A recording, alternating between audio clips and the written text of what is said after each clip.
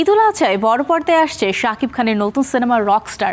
ইতিমধ্যে শুটিংয়ের প্রস্তুতি চলছে। জানা যাচ্ছে এবার এই সিনেমায় দ্বিতীয় নায়িকা হিসেবে থাকতে পারেন মিস ইউনিভার্স বাংলাদেশ তানজিয়া জামান মিথিলা। তারকা সূত্রে খবর, মিথিলা ইতিমধ্যেই পরিচালক আজমান রুশোর সঙ্গে একাধিক বৈঠকে অংশ নিয়েছেন। চরিত্রটিও তার বেশ পছন্দ হয়েছে।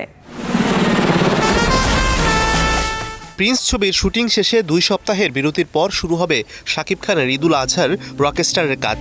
ছবিতে নায়িকা থাকবেন 2 জন। প্রধান নায়িকার নাম এখনও চূড়ান্ত না হলেও দ্বিতীয় নায়িকার চরিত্রে জোরে সোরে শোনা যাচ্ছে মিস ইউনিভার্স বাংলাদেশ তানজিয়া জামান মিথিলার নাম।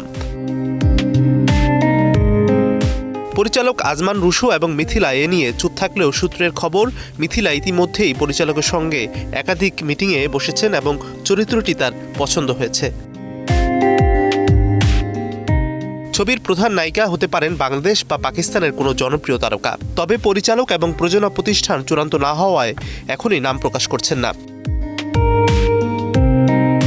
দ্বিতীয় নায়িকার চরিত্র গুরুত্বপূর্ণ হলেও শাকিব খানের সঙ্গে কোনো গানে তাকে দেখা যাবে না। তানজিয়া জামান মিথিলা আগে ছিলেন র্যাম্প মডেল। অভিনয়ে মনোযোগী হয়ে ছোট পর্দা ওটিটিতেও কাজ করেছেন। 2020 সালে রোহিঙ্গা নামে একটি হিন্দি সিনেমাতেও অভিনয় করেছেন। তানজিয়া সম্প্রতি জানিয়েছিলেন এবার তিনি চান বাংলাদেশের সিনেমায় মনোযোগী হতে এবং শাকিব খানের বিপরীতে অভিনয় করতে। সবকিছু ঠিক থাকলে রকস্টার দিয়েই পূরণ হতে পারে মিথিলার সেই ইচ্ছে। তাহলে চলতি মাসের শেষ সপ্তাহে প্রকাশিত হতে পারে রকস্টারের প্রধান নায়িকার নাম। শাকিব খানের ঈদুল আজহার ছবিতে দর্শকরা একবারে 2 নায়িকার অভিনয় উপভোগ করবেন।